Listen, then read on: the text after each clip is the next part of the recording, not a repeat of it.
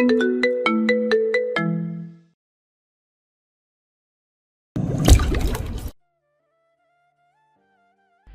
সবাই দেখেছে মানলাম, কিন্তু এই স্কোরের পেছনে যার রাত জাগা পরিশ্রম আর শাসন ছিল তার কথা কি বলবে? সায়না মুখটা অন্যদিকে ঘুরিয়ে নিয়ে তার ছেলে সুরে বলল, শাসন না শোষণ, সেটা নিয়েও বিতর্ক হতে পারে।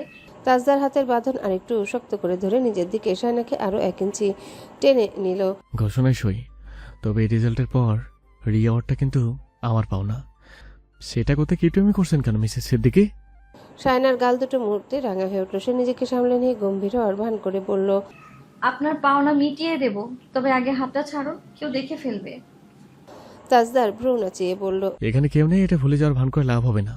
পাওনা কিভাবে মেটাবেন সেটা প্রসেস সম্পর্কে একটা ডিসকাশন চলুক খেতে খেতে। No way. তাজদার কিছু বলতে যাবে তন্মধ্যে তাজনা কেঁদে উঠেছে। সায়নার ঠোঁটের কোণে তির্যক হাসির রেখা ফুটে উঠল। তাজদার তাকে ছেড়ে দিয়ে গুরুতর ভঙ্গিতে পাশ কাটিয়ে চলে গেল মেয়ের কাছে। সায়না দাঁড়িয়ে রইল। উফ, জান আরেকটুর জন্য বেরিয়ে আসছিল। হঠাৎ হঠাৎ মানুষের রূপ পাল্টাতে সে কখনো দেখেনি। গিরগিটি সিদ্দিকী। সায়না বিরিয়ানির কাবাবগুলো টেবিলে গুছিয়ে রাখলো, কিন্তু তার মন পড়ে রইল অন্য কোথাও। ড্রয়িং রুম থেকে তাজনার খিলখিল হাসির শব্দ আসছে। একটু আগে যে বাচ্চাটা কাঁদছিল, বাবার কোলে যেতেই তার কান্না উধাও। তাজদার সিদ্দিকী বাচ্চা সামলাতে বেশ পটু, এটা সায়না স্বীকার করতে বাধ্য। খাবার টেবিলে বসার পর তাজদার একদম স্বাভাবিক। সে আয়েশ করে বিরিয়ানি মুখে দিয়ে বলল, এই রেস্তোরাঁর টেস্ট একদম বদলায়নি, খেয়ে দেখো। সায়না চুপচাপ খেতে শুরু করলো। তাজদার হঠাৎ বলল, কাল লাঞ্চের পর আমরা একটু বেরোবো, কিছু শপিং করা দরকার। সায়না বলল, আমি যাব না। তাজদার খাওয়া থামি সায়নার দিকে তাকালো, তারপর ও গম্ভীর হয়ে খেতে লাগলো চুপচাপ। ওকে। সায়না তার মুখের দিকে চেয়ে রইল কিছুক্ষণ, তারপর মৃদু স্বরে বলল, আচ্ছা যাব। যেতে হবে না। যাব। আমি যাব না। সায়না আর কথা বাড়ালো না। এই লোকটার সাথে তর্কে যেতে অসম্ভব। খাওয়া শেষ করে সায়না যখন প্লেটগুলো সরাচ্ছিল, তাজদার পাশ দিয়ে যাওয়ার সময় ফিসফিস করে বলে গেল, আমি এখানে কাল পরে পরে ঘুমাবো, কোথাও যাচ্ছি না। বলেই গটগট পায়ে হেঁটে ভেতরে চলে গেল। সায়না মন খারাপ করে দাঁড়িয়ে রইল। রাতের গভীরতা বাড়ার সাথে সাথে গুলশানের বাইরের কোলাহল কিছুটা স্থিমিত হয়ে এসেছে, কিন্তু সায়নার মনের ভেতর অশান্তিটা কমছে না। তাজদার রাগ করেছে কিনা সেটা বুঝতে পারছে না। মানুষটা হুট করে যেমন সহজ হয়, পরক্ষণে আবার বরফের মতো জমে যায়। সায়না রান্নাঘর গুছিয়ে ড্রয়িং রুমে এসে দেখলো তাজদার সেখানে নেই। সে ধীর পায়ে বেডরুমে ঢুকলো। দেখলো তাজনা বড় বিছানা ঠিক মাঝখানে দুহাত চড়িয়ে গভীর ঘুমে আচ্ছন্ন, আর তাজদার বিছানার একপাশে হেলান দিয়ে ল্যাপটপে কি যেন টাইপ করছে। চোখে রিডিং গ্লাস, কপালে হালকা ভাঁজ। সায়না ঘরে ঢোকা সত্ত্বেও সে একবার তাকিয়ে দেখলো না। সায়না আলমারি থেকে নিজের কাপড় বের করে ফ্রেশ হতে ওয়াশরুমে গেল। ফিরে এসে দেখলো তাজদার ল্যাপটপ বন্ধ করে লাইট নিভিয়ে দিয়েছে। শুধু বেডসাইড ল্যাম্পের মৃদু নীলাভ আলোয় ঘরটা মায়াবী হয়ে আছে। তাজদার পাশ ফিরে শুয়ে আছে, মনে হলো ঘুমিয়ে পড়েছে। সায়না বিছানার অন্য পাশে সাবধানে বসলো, যাতে তাজনার ঘুম না ভেঙে যায়। কিছুক্ষণ স্তব্ধ হয়ে বসে থাকার পর সে তাজদারের পিঠের দিকে তাকিয়ে নিচু স্বরে ডাকলো, শুনছেন? ওপাশ থেকে কোনো সাড়া নেই। সায়না আবারও একটু জোরে বলল, কথা বলবেন না? তাজদার এবারও নড়ল না। সায়নার খুব কান্না পেল। সে একটু এগিয়ে গিয়ে তাজদারের কাঁধে মাথা রাখলো। আমি তো যেতে চেয়েছি, আপনি কেন জেদ করছেন? তাজদার এবার ঝট করে ঘুরে সায়নার হাতটা ধরে সায়নাকে নিজের দিকে টেনে নিয়ে বেশ গম্ভীর গলায় বলল, আমার জেদ নাকি তোমার অবহেলা? আমি চেয়েছিলাম এই কয়েকটা দিন তোমাকে আর তাজনাকে নিয়ে একটু নিজের মতো করে সময় কাটাবো, আর তুমি প্রথমে বলে দিলে যাবা না। সায়না অপরাধীর মতো মাথা নিচু করে রইল, কাঁপা গলায় বলল, সরি। সেই প্রথম সরি বলল কি? আর কখন বলেছে মনে নেই। তাজদার এবার তার কপালে আলতো করে নিজের কপাল থেকে ফিসফিস করে বলল, আমার পাওনাটা দিয়ে দাও চট জলদি। সায়না তার বুকে মুখ লুকালো শক্তভাবে। তাজদার হতাশ হয়ে তাকে দু হাতে জড়িয়ে ধরে বলল, ওকে, কাল সকালে হাত রুটি খাইয়ে মিটিয়ে দিবে। সায়না মাথা নেড়ে সায় দিল। তাজদার তার কপালে একটা আলতো চুমু খেয়ে তার মাথায় নিজের মুখ ঠেকিয়ে তাজনার দিকে চেয়ে রইল। বাইরে তখন ঝিরঝিরে বৃষ্টি শুরু হয়েছে। গুলশানের সেই আধুনিক ফ্ল্যাটের ভেতরে এক টুকরো প্রশান্তি আর ভালোবাসা ধীরে ধীরে ডালপালা মেলতে শুরু করেছে সবে। পরদিন সকালে সায়নার ঘুম ভাঙল তাজনার কান্না আর জানালা দিয়ে আসা রোদের ঝিলিক দেখে। গুলশান হলে অ্যাপার্টমেন্টের চারিপাশটা বেশ খোলামেলা। সে ফ্রেশ হয়ে রান্নাঘরে গিয়ে দেখলো তাজদার অলরেডি কফি মগ হাতে নিয়ে ব্যালকনিতে দাঁড়িয়ে ফোনে কথা বলছে। ব্লু নয়, এখন পরেছে ছাই রঙের টি শার্ট। ট্রাউজারের পকেটে এক হাত গুজে সে যখন ইংরেজিতে কারোর সাথে প্রফেশনাল আলাপ করছিল শায়না আড়াল থেকে কিছুক্ষণ তাকিয়ে রইল। তারপর ঝটপট আটা মেখে গরম গরম ফুলকো রুটি আর ডিম ভাজি তৈরি করার কাজে লেগে গেল। সে যখন নিপুণ হাতে আটার লেচি কেটে বেলুন পিঁড়িতে রুটি বেলছিল তখন রান্নাঘরের দরজায় এসে দাঁড়ায় তাজদার। কফির মগে একটা চুমুক দিয়ে দরজার চৌকাঠে হেলান দিয়ে দাঁড়ালো। তার তীক্ষ্ণ দৃষ্টি শায়নার হাতের কাজের উপর। শায়না বুঝতে পারছিল কেউ তাকে পর্যবেক্ষণ করছে, কিন্তু সে ভান করলো যেন সে কিছুই দেখেনি। তাওয়া গরম হতে রুটিটা ছেড়ে দিল সে। নিমেষ সেটা ফুলে টইটুম্বর হয়ে উঠল। তাজদার ভ্রু কুচকে খানিকটা মুগ্ধতা নিয়ে বলল, বাহ, আমি তো ভেবেছিলাম রুটিগুলো ম্যাপের মতো হবে। শায়না রুটিটা নামিয়ে রাখতে রাখতে আর চোখে তার দিকে তাকালো। মুখে একটা বিজয়ী হাসি ফুটিয়ে বলল, গোল রুটি বানানো একটা আর্ট বাবু মশাই। তাজদার একটু এগিয়ে এসে কাউন্টারের উপর কফি মগটা রাখলো। তারপর ঠিক শায়নার পাশে দাঁড়িয়ে উনুনের উত্তাপটা অনুভব করতে করতে বলল, আর্টটা যে ভালোই রপ্ত করেছ সেটা মানতেই হচ্ছে। শায়না কড়াইয়ে ডিম ছাড়লো। তাজদার অপলক কিছুক্ষণ শায়নার রান্নার ভঙ্গি দেখলো। শায়নার অবিন্যস্ত চুলগুলো বারবার মুখের উপর এসে পড়ছিল। সে হাতের উল্টো পিঠ দিয়ে বারবার তা সরানোর চেষ্টা করছিল। তাজদার হঠাৎ হাত বাড়িয়ে শায়নার কানের পাশ থেকে অবাধ্য চুলগুলোর গুচ্ছটা সরিয়ে দিল। শায়না থমকে গেল, হাতের খুন্তিটা প্যানেই রয়ে গেল। সে লজ্জা লুকাতে দ্রুত ডিমটা উল্টে দিল। অপ্রস্তুত গলায় বলল, আপনি গিয়ে টেবিলে বসুন, আমি আসছি। তাজদার চট করে এক টুকরো রুটি ছেড়ে মুখে দিয়ে বলল, গুড, মেন্টর হিসেবে আমি নিজেকে 10-এ 10 দিচ্ছি। আমার ভয়ে তুমি এত দ্রুত সব শিখে ফেলেছ। শায়না মুখ ফুলিয়ে বলল। হ্যাঁ, সব কৃতিত্ব আপনার। তাজদার নিজের ঠোঁট কামড়ে হেসে ড্রয়িং রুমের দিকে পা বাড়ালো। তাজনা উঠে পড়ার আগে আমাদের এই শান্তিবেলা শেষ করা উচিত। উনি এখনই উঠে পড়বেন, বলবেন তোমাদের কাজ এখন শেষ হয়নি। শায়না একা খুব দ্রুত করতে পারছিল না, তাই তাজদার এসে তাকে সাহায্য করলো। শায়না রুটি বেলে দিল, তাজদার সেঁকে নিল। শায়না রুটি বেলার ফাঁকে তাজদার সিদ্দিকীকে দেখতে লাগলো। চোখে মুখে কোনো বিরক্তি নেই, বরং এত যত্ন নিয়ে রুটি সেঁকা দেখে মনে হচ্ছে তিনি বেশ উপভোগ করছেন। দুপুরের দিকে তারা ওপরের তলায় রেশমা আন্টির বাসায় গেল। সেখানে গিয়ে শায়না অবাক। রেশমা আন্টি এলাহি কারবার সাজিয়ে রেখেছেন, পোলাও, রোস্ট, কাবাব, চিংড়ি, ইলিশ মাছ, আরও কত কি। পৃথু আর তুলি সারাক্ষণ তাজনার সাথে খুনসুটিতে মেতে রইল। বিকেলের দিকে তাজদার শায়নাকে নিয়ে যমুনা ফিউচার পার্কে গেল। কেনাকাটার ধুম পড়ে গেল। শায়না বারবার না করা সত্ত্বেও তাজদার এই সেই করে অনেক কিছু কিনে ফেললো। এমনকি নিজের হাতে একটা ডার্ক গ্রিন কালারের শাড়ি পছন্দ করলো শায়নার জন্যে। শায়না শাড়িটা গায়ে জড়িয়ে আয়নায় নিজের প্রতিচ্ছবি দেখলো। আসলেই সুন্দর। বের হয়ে সে ঝলমল হয়ে ঢাকা শহরের দিকে তাকিয়ে রইল। তার মনে হলো জীবনটা খুব দ্রুত বদলে যাচ্ছে। চট্টগ্রামের সেই মেয়েটা এখন ঢাকার রাজমহলে। আজ খুব শীঘ্রই হয়তো 7 সমুদ্র 13 নদী 10টা ট্রাভেল কটে তাজনা ঘুমিয়ে পড়েছে। শায়না বারান্দায় দাঁড়িয়ে আকাশে তারা গুনছিল। এমন সময় তাজদার পেছনে এসে দাঁড়ালো, হাতে দুটো কফির মগ। শায়না তার হাত থেকে মগ নিল, চুমুক বসাতে বসাতে আকাশের দিকে তাকিয়ে বলল, সময়গুলো খুব দ্রুত চলে যাচ্ছে, তাই না? অন্য কোনো ভাবনায় ডুবে থেকে জবাব দিল তাজদার। অথচ শায়না তাকে লম্বা একটা উত্তরের আশা করছিল। তারপর আর কখন ফিরবে? তাজনা স্কুলে পড়ার সময় হয়ে গেল। শায়নাকে একটু রাগিয়ে দিতে চায় সে। শায়না শান্ত হয়ে থাকলে তার ভালো লাগে না। ওর রাগী চেহারাটা দেখতে বেশি সুন্দর। কিন্তু অদ্ভুত ব্যাপার হলো শায়না রাগ করলো না, উল্টো তাকে বলল, আমি ভাবছি নিবন্ধন পরীক্ষা দেব। তাজদার একটু অবাক হলেও সেটা প্রকাশ করলো না। স্বাভাবিকভাবে প্রশ্ন করলো। এই সিদ্ধান্ত কখন নেওয়া হয়েছে? শায়না তার মুখের দিকে তাকালো, বলল, সাইমা বলছিল ওই দিন, তার সাথে কথা বলে। সে চাইছে তাজদার সিদ্দিকী নিজে মুখে বলুক, দেশে কিছু ভাবতে হবে না, ইউকে গিয়ে তারপর কিছু ভাবা উচিত। কিন্তু সে ঘুরে পালি, বরং তাকে হতাশ করে দিয়ে তাজদার সিদ্দিকী বলল, ওকে, আমি লুভাকে বলবো ব্যাপারটা দেখতে। না, নুভা না, তৌসিফকে বলবো, ও বুঝবে ভালো। তাজনাকে আমি নিয়ে যাব 5 বছর হলে। ওখানকার এডুকেশন সিস্টেমের জন্য লেভেলের। এখানে ওকে পড়ানোর ইচ্ছা নেই আমার। তাছাড়া সিকিউরিটি আর লাইফস্টাইল সব আলাদা। তোমার ওকে নিয়ে চিন্তা করার কোনো কারণ নেই। শায়না মুখটা সামান্য পাশ ফিরিয়ে রেখেছিল। মুখটা থমথমে গম্ভীর হয়ে আছে। তাজদার নিঃশব্দে তার দিকে তাকে হাবভাব বোঝার চেষ্টা করলো। ঠোঁটের কোণে ধেয়ে আসা হাসিটা শেষ মুহূর্তে সামনে নিল। কফি মগটা তুলে নিয়ে মুখের সামনে আড়াল করে শায়না ভেতরে যাচ্ছিল। তাজদার তার মগটা দিয়ে বলল, এটাও রেখে এসেছো? শায়না তার হাত থেকে মগটা নিয়ে চলে গেল। তাজদার কিছুক্ষণ পরেই তাকে ডাকলো। শায়না, আমার 27টা খুঁজে দাও। শায়না তার শার্টটা খুঁজে দিল। রাতের বেলায়ও শার্ট পাল্টাতে হয়।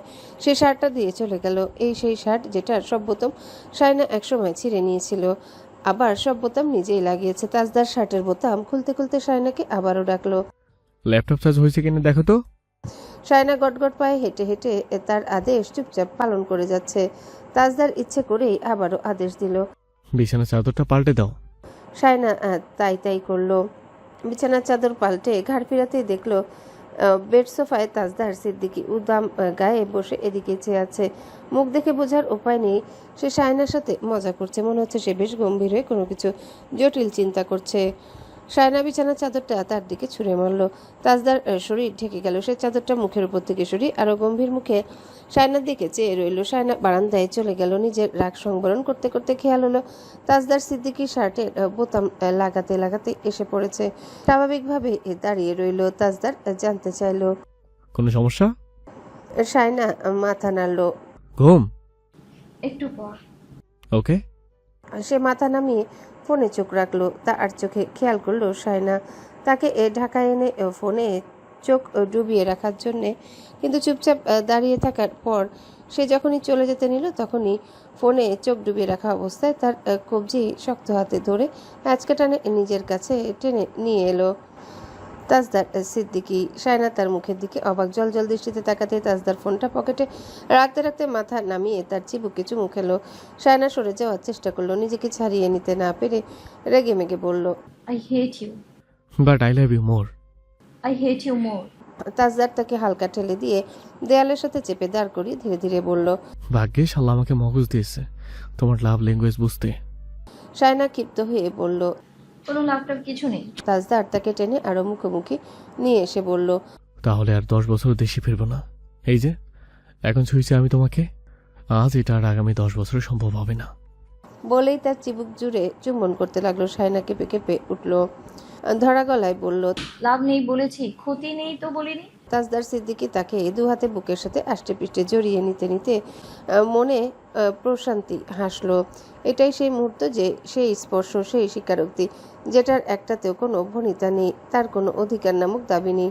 শায়না মমতাজের কোনো আপত্তি নেই। তারপর? শায়না ছোট্ট করে প্রশ্ন করলো, তারপর আর কি? তারপর দুটো মানুষ, একটা পুতুল আর একটা ঘর। কি হবে এসব দিয়ে? তাজমহল। শায়না তার বুকের সাথে একদম লেপ্টে গিয়ে বলল। তাজমহল একটা কবর। তাজদার তার মাথায় চুম্বন করে বলল, করবই তো। আমাদের সব বিদ্বেষ, অহংকার, মনোমালিন্য, প্রতিশোধ, স্পৃহা, রেশারেশি, হিংস্রতা চিরসাহিত করব। আর এই কবরের উপরে যে সংসার সাজাবো সেটাই আমাদের তাজমহল। তাসনুবা পুকুর পাড় থেকে এসে রাগে ফোঁসফোঁস করে যাচ্ছে। ঝিমলি তার হাবভাব দেখে বলল।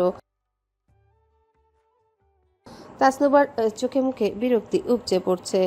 তারপর সে ঝিমলিকে যা বলল তাতে ঝিমলি হা হয়ে গেল। একটা নীল রঙের চেক লুঙ্গি আর সাদা আর নীল টি শার্ট পরা লোক বাড়ির পেছনে পাকা ঘাটের উপর বসে বিরহের গান শুনতে শুনতে গল্পগুজব করছে। গানগুলো শুনলে ঝিমুনি চলে আসে। ঝিমলি অবাক হয়ে জানতে চাইল। তাসনুবা ধপ করে বিছানায় বসে বলল, আর কে? তাসিন ভাই। ঝিমলির চোয়াল ঝুরে পড়ার মতো অবস্থা। তাসনুবা পিঠের নিচে বালিশ রেখে হেলান দিয়ে বুকে হাত ভাঁজ করে বসে বলল, ওনাকে একদম সুন্দর লাগছিল না। লুঙ্গি মানে ওরকম লুঙ্গি পুঙ্গি কেন পড়তে হবে? ঝিমলি টেবিলের উপরে ঝুঁকে গালে হাত দিয়ে তার দিকে চেয়ে রইল সন্দেহান দৃষ্টিতে। তাসনুবার তার দিকে না তাকিয়ে এক নাগাড়ে বলে গেল, এইসব লুঙ্গি পরা ছেলে পেলে সে জীবনেও বিয়ে করবে না। তার জন্য পাত্র দেখার সময় যেন খোঁজ নেওয়া হয় পাত্র লুঙ্গি পরে কিনা। শাহিদা বেগম এবার একটু তাড়াহুড়ো করছেন। আনিসের বিয়েটা তিনি এবার দিয়েই ছাড়বেন। কোমর বেঁধে নেমেছেন মেয়ে দেখার জন্য। রোজ ঘটক আসছে বাড়িতে। আনিস বিরক্ত হয়ে বলে দিয়েছে সে আর বাড়িতেই আসবে না। এভাবে চলতে থাকলে শাহিদা বেগম ভয় পাননি। এই ছেলের সাথে অনেকদিন ভালোই কথা বলেছেন, এবার আর না। সে নিজেও বিয়ে করবে না, শাওনেরও কোনো গতি হতে দেবে না। আফসার সাহেব বললেন, তুমি ওকে জোরাজুরি করে বিয়ে করাবে নাকি? ও তো বলছে করবে, কিন্তু এত তাড়াহুড়োর কি আছে? করবে না বাজে কথা বলছে ওই ছেলে। ওকে আমি হাড়ে হাড়ে চিনি। আমার পেটেই তো হয়েছে। আমার ছেলেকে আমি চিনব না?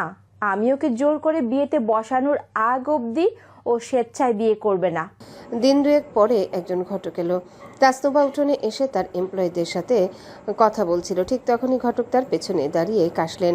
তাসনুবা কাশির শব্দ শুনে ঘাড় ফিরিয়ে তাকালো। ফোনে কথা বলা শেষ করে সালাম দিয়ে বলল, কাকে খুঁজছেন? আব্বু বাসায় নেই। আনিসুজ্জামানের বাড়ি কোনটা আম্মা? তাসনুভা আঙ্গুল দিয়ে দেখিয়ে দিল। ওইদিকে। বিয়া শাদী হয়নি? জি না, মেয়ে। জি না।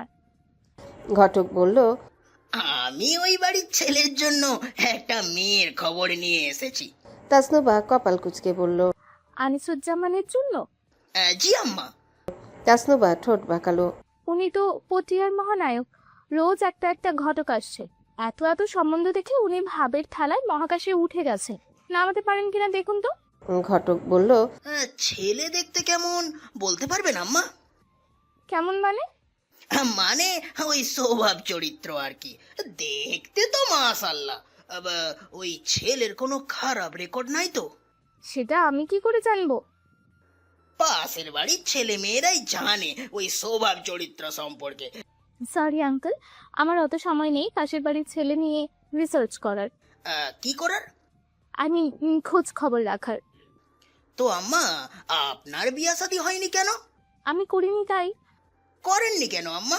তাসনুভা রেগে যাচ্ছে কিন্তু নিজেকে সামলে নিয়ে বলল, ইচ্ছে করে করিনি। বিয়েতে আমার ফোবিয়া আছে। ওটা আবার কি? আতঙ্ক। আতঙ্কিত হবেন কেন? কারণ পুরুষ মানুষকে আমি বিশ্বাস করি না।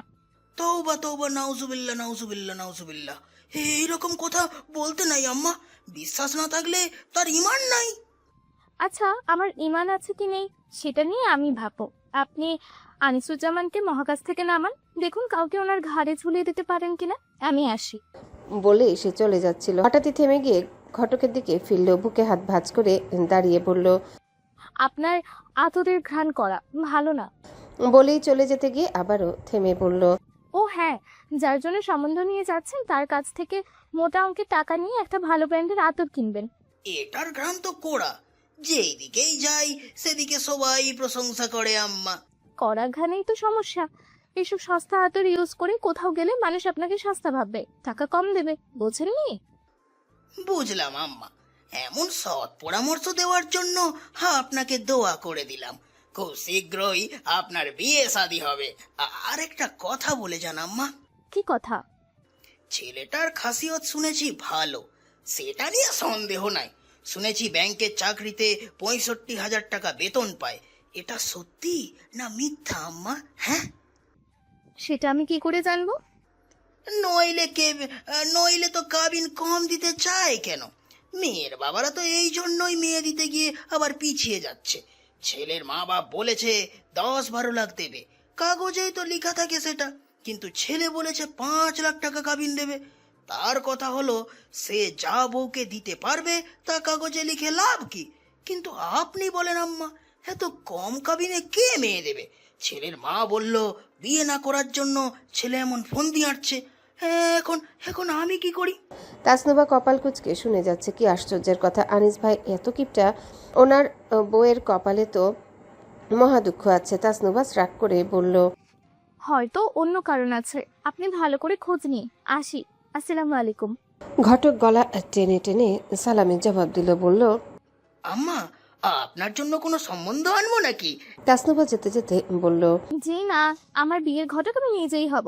এমন বাজে আদর মাখা ঘটকের দরকার নেই। আনিসের ব্যাপারে বলতে বলতে শাহিদা বেগম কেঁদেই ফেললেন। শায়না ফোনের ওপাশে এতক্ষণ চুপচাপ শুনছিল মায়ের সব অভিযোগ। এবার সান্ত্বনা দিয়ে বলল, আচ্ছা কেঁদো না, ভাইয়া রাজি না হলে তুমি জোরাজোরি করে তো পারবে না আম্মা। সংসার তো ভাইয়া করবে, তাই না? আমার মনে হয় ভাইয়ার মেয়ের পছন্দ হচ্ছে না, মানে যে ধরনের মেয়ে চাইছে ওই ধরনের মেয়ে পাচ্ছে না হয়তো। আরে না, কি বলিস? এতগুলো মেয়ে দেখালাম, একবারও বলেনি সুন্দর না। প্রতিবারই বলে মেয়েটা সুন্দর আছে আম্মা, ভালো লেগেছে আম্মা, কিন্তু এত কাবিনে হবে না। এত কম কাবিন কিভাবে মানবে মেয়েরা বাবা? সেটাই তো বুঝিয়ে উঠতে পারছি না। বলছে আমি কাবিনের টাকা ধরবো যতটুকু আমার দেওয়ার সামর্থ্য আছে, লম্বা পা টানতে পারবো না। শায়না ওপাশে আবারও নীরব রইল। তার পাশে তাজদার বুকের উপর মেয়েকে নিয়ে ঘুমিয়ে আছে। শায়না কথা বলতে বলতে বাবা মেয়ের দিকে তাকালো। বুক থেকে গড়িয়ে পড়ে যাবে এমনটা ভয় হচ্ছে তার, তাই কিছুক্ষণ পর পর মেয়ের পিঠে হাত রাখছে। সে বাবার খোলা বুকের উপর গাল লাগিয়ে নিশ্চিন্ত ঘুমাচ্ছে। কি বদভ্যাস হচ্ছে আল্লাহ মালুম। বাবা যখন থাকবে না তখন তার উপর ঝড় যাবে। আমার নাতিন কোথায়? বাপে ঘুম, দুপুরে খেয়ে দিয়ে একটু শুয়েছে, রাতে নাকি কোথায় দাওয়াত পেয়েছে। ময়নাকে এখন ঘুম দিচ্ছিস কেন? রাতে জ্বালাবে না? জ্বালায়, বাপ মেয়ে উঠে খেলনাপাতি দিয়ে খেলা করে। দিনে আরো বেশি জ্বালায়। ওখানে সবার কোলে ঘুরতে ঘুরতে অভ্যেস হয়ে গেছে। এখানে কোল না পেয়ে কাঁদে শুধু। আর কদিনই তো, বাড়ি চলে এলে ঠিক হয়ে যাবে। তো দুপুরে কি রেঁধেছিস? কিছু রাঁধিনি, ফ্রিজে ছিল, গরম করে খেয়ে নিয়েছি। তবা তবা, তুই জামাইকে বাসি তরকারি খাওয়াচ্ছিস? বাসি আবার কি, মাংস আর মাছ রেঁধে রেখেছিলাম, ওখান থেকে কিছু ভুনা করলাম আর ডাল দিয়ে খেয়ে ফেলেছি। উনি তো অল্প করে ভাত খায়, আমাকে বললো আর সবজি না রাতে দুপুর হয়ে যাবে, রাতে রাঁধবো কিছু একটা। দুলাভাইরা আসেনি? এসেছিল, ঘটকের সাথে চা নাস্তা খেয়ে আবার বেরিয়ে গেছে। তোর ভাই আমার জামাইগুলোকে পর্যন্ত শান্তি দিচ্ছে না। ওরা এত করে বোঝাচ্ছে, ও এক কথায় স্থির, বিয়েও করবে না এখন। মেয়ের বাপের কাছ থেকে নাকি একটা কানা করিও নেবে না, বেশি কাবিনও দেবে না। কোনো জোড়া গাথা আঁকদো আগে বাগে হবে না, সোজা বিয়ে হবে। অল্প কিছু মানুষ গিয়ে বউ তুলে আনবে। এভাবে বিয়ে হয় এখন? তুই বল, এমন হাজিন ওয়াজি কখন হলো এই ছেলে? আমি তো বুঝতে পারছি না। সায়না এবার হেসে ফেলল। আচ্ছা বাদ দাও, তুমি জোর করে কোনো লাভ হবে না। ভাইয়া তার মর্জি মতো বিয়ে করবে, বাদ দাও, একদম চুপ হয়ে যাও। দেখবে তখন নিজ থেকেই বলবে। আর ভাইয়ার পছন্দের কেউ থাকলে বলার সুযোগ করে দাও। সবাই মিলে এভাবে চেপে ধরলে তো বলার সুযোগ পাবে না। না না না, ওর কোনো পছন্দ নেই। ওই ছেলে করবে পছন্দ? কতবার বললাম মেয়েদের সাথে একটু ফোনে কথাবার্তা বল, কফি শপে গিয়ে দেখা করে চা কফি খা। না, আমার পেটে এক ছেলে ধরছে, মেয়েদের সাথে কথা বললে ওর কান কাটা যাবে। শাওনের মতো হলেও এতদিনে 2-3 বাচ্চার বাপ হয়ে যেত। কিছুদিন পর চুলে পাক ধরবে, দাড়ি গোফ পেকে বুড়ো হবে। তোর ভাই তখন করবে বিয়ে। এক নাগারে ছেলেকে বকাবকি করে থামলেন তিনি। সায়না শান্তভাবে বলল, তুমি এইরকম করলে তো জীবনেও রাজি হবে না আম্মা। তুমি একটু জিরো। বড় ভাইয়া কি বলে?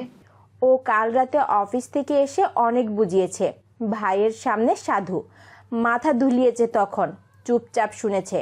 কিন্তু ঘরে গিয়ে আমাকে বলল, আম্মা তুমি বড় ভাইকে জ্বালিয়ে মারছো। কত বড় বেয়াদব ছেলে দেখেছিস? আমি নাকি আমার নিজের ছেলেকে জ্বালিয়ে মারছি। সায়না এবার শব্দ করে হেসে ফেলল। হাসি থামাতে থামাতে বলল, তুমি বলো তুমি ছোট ভাইয়ার জন্য বউ নিয়ে আসবে, তখন লজ্জায় মদ দিয়ে দেবে। ওই বিয়ে পাগল ছেলের বিয়ের নাম ধরবো আমি? টাকা পয়সা যা কামায় আমি তো চোখে দেখি না। 1 কেজি আলু আর 1 কেজি মাছ এনে দিয়ে বলে, আম্মা আমার বউ বাচ্চা নেই। মনে রেখো, এগুলো অ্যাডভান্স দিচ্ছি। পরে আমার বউকে বলতে পারবে না তোমার জামাই বিয়ের আগে খরচাপাতি দিত না ঘরে। ওই বেয়াদবকে বিয়ে করাবো বলতে হবে না। একটু ইঙ্গিত দিলে পরদিন বউ নিয়ে হাজির হবে। তারপর আমার কাঁধে বউয়ের ভার বহন সব তুলে নিয়ে সে কেটে পড়বে। ও আল্লাহ, তুমি আমার পেটে এত রকমের ছেলে কেন দিলে খোদা? সায়না বলল, আর কোনো উপায় তো দেখছি না। ও শানু, হ্যাঁ বলো। ময়নার আব্বাকে একবার বলে দেখবি কি? আনিসকে একটু বোঝাতে। উনি ভাইয়াকে কি বোঝাবেন? একবার নাকি বলেছিলেন বিয়ের জন্য, ভাইয়া নাকি বলেছে মেয়ে ভালো হবে কি না হবে না এটা নিয়ে টেনশন হয়। তোমার আর ভাবির সাথে না মিললে তো সংসার আলাদা করতে হবে। সাইদা বেগম এতক্ষণ পর একটু চুপ করলেন। শান্ত কণ্ঠে বললেন, কি বলিস? এরকম বলেছে? হুম। ওমা, বড় বউয়ের মতো না হলে আলাদা থাকবে, সমস্যা কি? তাই বলে বিয়ে করবে না? আর বড় বউকে আমি আমার ছেলে পেলে আর মেয়েদের ঝামেলার মধ্যে রাখছিলাম বিয়ের পর। ওরে তো শহরে বাসায় রাখছিলাম, ও নিজেই চলে এলো শ্বশুর বাড়িতে সবার সাথে থাকবে বলে। ওর বউ না চাইলে থাকবে না, বাসায় না গেলে দরকার পড়লে নিজের ঘরে রেঁধে নিজে খাবে। এটা কোনো কথা হলো? এই ছেলে এইসব ভাবে বসে বসে? হায় হায়, এভাবে তো ভেবে দেখিনি। ছেলেটা আমাকে কেন সব খুলে বলে না আল্লাহ মালুম। দরকার পড়লে ও বিয়ে করে বউ বাসায় তুলুক, ওখানে থাকুক, এখানে আসতেই হবে না। কিন্তু এটা ভেবে বিয়ে না করলে হবে? আমরা কদিন বাঁচবো? বউ বাচ্চা তো লাগবে। শক্তি সামর্থ্য থাকতে ওদের ছেলে পেলে মানুষ করে দিতে চাইছি, আর ছেলেগুলো আমার কথা বোঝার চেষ্টা করে না। আচ্ছা রাখ, দেখি ওর সাথে কথা বলে। আচ্ছা আচ্ছা রাখ, আমার নাতনিকে দেখে রাখিস, জামাইয়ের দেখভাল করিস একটু, আবার চলে যাবে।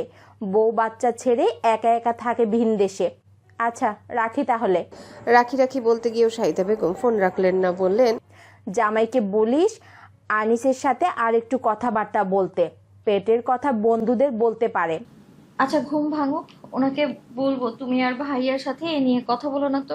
না না, আমি কাল রাত থেকে ওর সাথে কথা বলছি না। এটা কেমন কথা আম্মা? না বলবো না কথা, ওই ছেলে আমার দুঃখ সুখ বোঝে না, বলবো না। তোর বাপকেও মানা করে দিয়েছি কথা না বলতে, কিন্তু ওই বেটা তো আরেক ছেলে মেয়ে দরদি।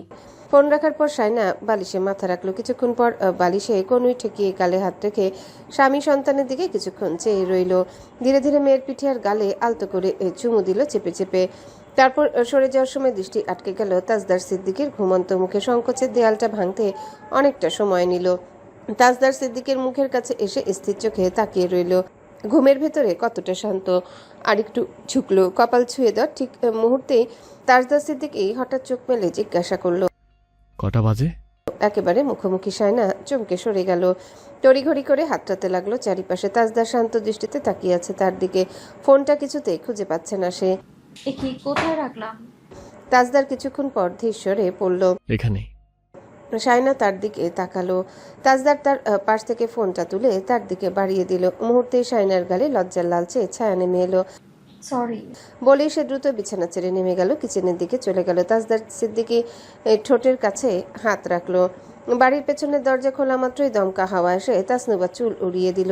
শাহিদা বেগমের হাসি হাসি চেহারা আর হাতে মিষ্টি দেখে সে জানতে চাইলো, কার বাচ্চা হয়েছে? আল্লাহ চাইলে আগামী বছর বাচ্চা হয়ে যাবে তোমার আনিস ভাইয়ের শ্বশুর বাড়ির মিষ্টি। বিয়ে ফাইনাল? ভাইয়া যাওয়ার আগে হবে? ফাইনাল টাইনাল জানি না, মেয়ের বাপ ভাই ঘর বাড়ি দেখতে এসেছে, সাথে মিষ্টি নিয়ে এসেছে। এই নাও এগুলো রাখো, কাউকে দিচ্ছি না, শুধু বেয়াই বাড়িতে দিচ্ছি। বিয়ে ঠিক হলে পুরো বাড়িতে মিষ্টি বিলাবো। বিয়ে কবে নাগাদ হতে পারে? ভাইয়া তো আর 3-4 দিনের মতো আছে দেশে। জামাই যদি আর 1 সপ্তাহ সময় নেয় তাহলে আগামী সপ্তাহের মধ্যে বউ নিয়ে আসতে পারি কিনা দেখি। অত আয়োজন তো করব না, কিন্তু তোমাদেরকে দাওয়াত দেব মা, তোমাদের ছাড়া কিভাবে খাবো? তাসনুবা মিষ্টির প্লেট নিয়ে বলল, খুব বেশি দেরি হয়ে যাচ্ছে না? কালই বউ নিয়ে আসা যায়, ভাইয়াও দেখে যেতে পারলো। শাহিদা বেগম সরল মনে বলে গেলেন, ওই ছেলের কথা আর বলো না মা, তবে এভাবে হুট করে কথাবার্তা আগাবে আমি ভাবতেই পারিনি। তোমার আনিস ভাই শেষমেশ মত দিয়েছে। আমি এত দুশ্চিন্তা করছিলাম দেখে বলেছে যেটা আমি পছন্দ করে নিয়ে আসব ওটার সাথে সংসার করবে। আল্লাহ মুখ তুলে চেয়েছে। প্লেটটা দিয়ে ফেলো মা। তাসনুবা মিষ্টি রেখে প্লেটটা ধুয়ে ফ্রিজের কাছে গেল। স্কুলে প্লেট ভর্তি কালো আঙ্গুর নিয়ে শাহিদা বেগমের দিকে বাড়িয়ে দিল। শাহিদা বেগম বললেন, ধুর, এই মেয়ে করে কি? ঘরে ফলমূলে ভরে গেছে, খাওয়ার মানুষ নাই, রাখো এগুলা, তুমি খাও, অনেক শুকাই গেছো। অবিবাহিত মেয়ে মানুষের শরীর তেলতেলে থাকলে ভালো। আমার তেলতেলে শরীর পছন্দ নয়, নিজেকে ফিট রাখতে ডায়েট কন্ট্রোল করতে হয়। সাবরিনও মাঝে মধ্যে করে, পরের জামাই দই মিষ্টি আনলে গপ গপ করে খেয়ে পরের নাকি কান্না কেঁদে বলে আম্মা ওজন বেড়ে যাচ্ছে। মেয়ে মানুষের শরীর শুকনা হলে ভালো লাগে না, বুঝলে? একটু গায়ে রসকস থাকা লাগে, তবেই তো দেখতে ভালো লাগে। আজকালকার মেয়েরা ফোন দেখে দেখে কি ডায়েট ফায়েট শিখছে কে জানে। আচ্ছা আমি আসি। তাসনুবা কাঁটা চামচে করে মিষ্টি খেতে খেতে নিজের ঘরে চলে গেল। তিতলি এসে মিষ্টি দেখে একটা আঙ্গুল দিয়ে মুখে টুপ করে পুড়ে নিল। আরেকটা হাতে নিয়ে তৌসিফের ঘরের দিকে চলে গেল। তাসনুবা নিজের ঘরের দিকে যেতে যেতে মিষ্টি খেয়েই চলল। ঝিমলি ডাকলো, নোভা রানী। নুভা তার দিকে ফিরল। ফ্রিজে মিষ্টি না শেষ হলো? এটা কোথা থেকে? আর অসময়ে মিষ্টি খাচ্ছ কেন? পাশের বাসায় মিষ্টি। বউ ঠিক হয়েছে? আনিস ভাইয়ের নাকি? পাশের বাসায় অবিবাহিত ছেলে কজন আছে? হা হা, ফাইনালি। এটা রাখো, অলরেডি 2টো খেয়ে ফেলেছি, খেয়ালই করিনি। ঝিমলি এসে প্লেটটা হাতে নিল, বলল, মিষ্টি তো ভালোটা এনেছি, কোনটা ঠিক হলো কে জানে। আনিস ভাইয়ের ফোনে ওই দিন যেটা দেখলাম সেটা হলে বেশ ভালোই হবে। ওই মেয়েটা শান্তশিষ্ট লেগেছে। আনিস ভাই যা মানুষ, বউ শান্তশিষ্ট না হলে কিন্তু চাচিমার কপালে দুঃখ আছে, তখন পরিবারকে দোষারোপ করবেন উনি। বিয়েটা হলেই হলো। আনিস ভাইয়ের যা রং ঢং, ওনার ঢং দেখাচ্ছে হিরো আলমের গান শোনা ভালো। আপনার ভাইয়াও দেখাতো, বিয়ের পর সাধু হয়েছে। আনিস ভাই অবিবাহিত ছেলে মানুষ, ঢং দেখাবেন না কেন? আমি ঘরে যাচ্ছি, কিছু ফোন কলস আছে, আমি মেজো ভাইকে ইনফর্ম করেছি ফ্ল্যাটে গিয়ে উঠবো পরশু। কিছু ইনফ্লুয়েন্সারদের সাথে ডিল আছে। মেজো ভাই তো চলে আসবে বউ বাচ্চা নিয়ে, তুমি একা থাকবে? সো হোয়াট, ওখানে আমার ফ্রেন্ডস আছে অনেক, ওদের একজনকে নিয়ে আসবো, যদি রাজি হয়ে যাবে। ভাইয়া চলে যাবে, তুমি থাকবে না? কিছু করার নেই, নতুন কালেকশনগুলো এখনো পেজে তুলতে পারিনি, অনেক কাজ পড়ে আছে। তাসনুবা চলে যাচ্ছিল, ঝিমলি বলল, ইউ লুক ডিস্ট্র্যাক্টেড। এমনটা মনে হওয়ার কারণ? তাসনুবা সিদ্দিকী ভুলেও 1 চামচ চিনি বেশি খায় না, সেখানে 2টো মিষ্টি বিশ্বাসযোগ্য? আমি জাস্ট বোর। কারণ? আমি লস ফেস করছি। যে ইনফ্লুয়েন্সারদের সাথে কাজ করছি সে এগ্রিমেন্ট পেপার অনুযায়ী কাজ করছে না। এমন চলতে থাকলে আমাকে অন্য কোনো প্ল্যান ভাবতে হবে। এদের বেশি প্রায়োরিটি দেওয়া যাবে না। নিজেদের কি না কি ভেবে বসেছে, অথচ সবকটার ব্যাকগ্রাউন্ড চেক করলে দেখা যাচ্ছে they have no qualification, just trendy viral presence আছে। বিজনেস কেন এই শো কল্ড ভিউজ ব্যবসায়ীদের উপর ডিপেন্ড হবে? আচ্ছা, ব্যবসায় লাভ লোকসান থাকবেই, এত টেনশন নেওয়ার দরকার নেই। আমি মেজ ভাইকে ফোন করে কথাটা জানিয়ে রাখি, পরে নয়তো আমাকে বকবে। ঝিমলি হঠাৎই বলল। তোমার ভাইয়া আমাকে বলতে বলেছে। তাসনুবা থেমে তার দিকে ফিরল। বিয়ের কথা? হুম। সরি, আমার ওসব নিয়ে ভাবার সময় নেই এখন। বিজনেসটা একটা পজিশনে নিয়ে যাওয়ার পর ভাববো। সম্ভবত মেজো ভাইয়াও ফোন করলে তোমাকে একই কথা বলবে। আব্বুর সাথে তাদের 2 ভাইয়ের কথা হয়েছে। আমাকে এত প্রেশার দিয়ে কোনো লাভ আছে? প্রেশার নিতে হবে না, আপনি ধীরে সুস্থে সিদ্ধান্ত নিন। বিয়ে তো করতেই হবে, তাই না? তাছাড়া লাইফ পার্টনার জরুরি, ভালো লাইফ পার্টনার আরও বেশি জরুরি। আর যত তাড়াতাড়ি সম্ভব পাওয়া তার চেয়ে বেশি জরুরি। আমরা যতই যাই করি না কেন, একটা সংসার কিন্তু আমাদের লাগেই। তাসনুবা চুপচাপ শুনল। পাশ দিয়ে তখনই তাসফিন যাচ্ছিল। ঝিমলি ডেকে নিল, নবাব বাহাদুর এদিকে আসেন, মিষ্টি খান। তাসফিন লাজুক হেসে এগিয়ে গেল। কিসের মিষ্টি? আনিস ভাইয়ের বিয়ের। ঝিমলি তাকে মিষ্টি খাইয়ে দিল। তাসফিন মিষ্টি মুখে নেওয়ার কথা বলতে পারল না। ঝিমলি পিঠ চাপড়ে দিয়ে বলল, যান, পানি খেয়ে নেবেন। সাথে সাথে একটা নোটবুক ছুটে এলো তাসনুবার পাশ দিয়ে। সে আর ঝিমলি দুজনে হকচকিয়ে সামনে তাকালো। তিতলি হাসতে হাসতে তাসনুবার পেছনে এসে লুকিয়ে পড়েছে। তাসনুবা বলল, হোয়াট ইজ দিস ভাইয়া? তৌসিফ রাগে ফুসফুস করতে করতে বলল, আমার জন্য মিষ্টি নিয়ে গেছে তোর বাদল বোন। আমি হাত বাড়িয়ে নিতে গেলাম, আর সে নিজেই লাগিয়ে দিয়ে আবার আমাকে দিয়ে বাড়িয়ে দিল খাবারের জন্য। ওকে তো জুতার মালা পরানো উচিত। তিতলি তাসনুবার আড়ালে দাঁড়িয়ে তাকে দেখিয়ে দেখিয়ে মিষ্টির এই গায়ে এখনো লালা লাগিয়ে যাচ্ছে। ছি তিতলি। তাসনুবা তার দিকে ফিরতে তিতলি মিষ্টিটা দেখিয়ে দেখিয়ে তৌসিফকে বলল, আর টমেটো বড় মজাদার। টমেটো বড় মজাদার। তাসনুবা খপ করে তার হাত ধরে ফেললো, বলল, ভাইয়া ধরো ওকে, জোরে একটা থাপ্পড় দাও। তৌসিফ দৌড়ে এসে তিতলিকে শক্ত করে ধরল। তিতলি এই সাথে সাথে মিষ্টি মুখে পুরে নিল। গলায় আটকে গেছে এমন ভান ধরল। গাল ফুলিয়ে বড় বড় চোখ করে তাকালো। তাসনুবা তৌসিফের ভয়ে তাকে ছেড়ে দিল। সেই ফাঁকে তিতলি সোজা বাড়ির বাইরে। ঢাকা শহরে একা কিভাবে থাকবে তুমি? তাসনুবা লাগেজে কাপড় সাজাতে সাজাতে বলল, পারবো, আমি ওখানে বেড়াতে যাচ্ছি না আম্মু, কাজের জন্য যাচ্ছি। সবকিছুতে এত কৈফিয়ত দিতে ভালো লাগে না আমার। রসনারা কিছুক্ষণ প্যান প্যান করে চলে গেল। দাদিমা এসেও বললেন একই কথা। তাজউদ্দিন সিদ্দিকীও এসে বুঝিয়ে বললেন একা না যেতে। শেষমেশ ঝিমলি এসে তাদের সবাইকে কোনো মতে সরালো ঘর থেকে। তারপর বলল, আজ রওনা দেবেন নাকি? মেজো ভাইয়া বললো আজই যেতে। হেভি কিছু প্ল্যান করেছে। শাইনাকে জিজ্ঞেস করলাম, সে বললো ও কিছু জানে না। আই এম শিওর ভাইয়া ওকে মানা করেছে। ঝিমলি হাসলো। এত চালাক হলো তো সমস্যা। তাসনুবা সব গোছগাছ করতে লাগলো। ঝিমলি তার দিকে তাকিয়ে আছে। কিছুক্ষণ পর আরাম করে বিছানায় বসতে বসতে বলল, আনিস ভাইয়ের বিয়ের আগে ফিরবেন না? ওনার বিয়ের কোরমা খেজুরের চাইতে আমার বিজনেসের ডিল অনেক বেশি ইম্পর্টেন্ট। হুম। ঝিমলি চুপ রইল। কিছুক্ষণ পর কোনো ভনিতা না করে সরাসরি প্রশ্ন করলো, চোর বেশি দিন পুলিশের হাত থেকে পালিয়ে বাঁচতে পারে না। কে চোর? আপনি? মানে? Your feeling something for Anis ভাই? তাসনুবা চমকে উঠল। কিছুক্ষণ স্থির দৃষ্টিতে চেয়ে রইল ঝিমলির দিকে। হাত থেমে গেছে। তারপর সে কানের পেছনে চুল গুছতে গুছতে ঘর থেকে বেরিয়ে গেল। বারান্দায় চলে গেল এক মগ কফি নিয়ে। ঘাড়ের রগ টানছে, মাথার রগ দপদপ করছে। পায়চারি করতে করতে কফির মগে চুমুক দিতে দিতে সে দেখল তাজদার হোয়াটসঅ্যাপ গ্রুপে মেসেজ করেছে। ট্যুরে আর কে কে যাচ্ছে? দ্রুত ফাইনাল করা হোক। ঝিমলিকেও অ্যাড করা আছে। সে আগের প্রায় 150-200টা মেসেজ সিন করার পর রায়হানকে মেনশন দিয়ে বলল, আমাকে বলেননি মিস্টার সিদ্দিকী? সরি, আমি ভুলে গিয়েছিলাম।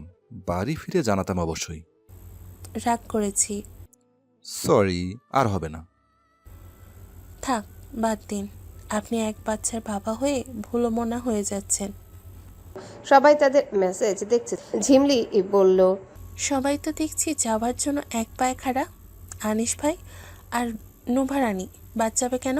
আপনারাও কোথায়? দুজনকেই একসাথে মেনশন করেছে সে। আনিস রিপ্লাই করল, জি ভাবি। আপনি যাবেন না? বিয়ের খুশিতে সবাইকে ট্রিট দিন।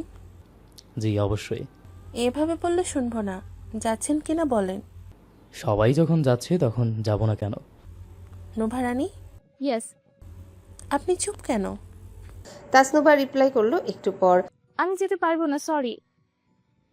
বলে সে বাকি কফিটা আনিসের মেজু চাচাদের উঠানের কোনায় ছুঁড়ে মারল। আনিস সেখানে অন্ধকারে দাঁড়িয়ে কুকুরগুলোকে খাবার দিয়েছে শাহিদা বেগম না দেখে মতো।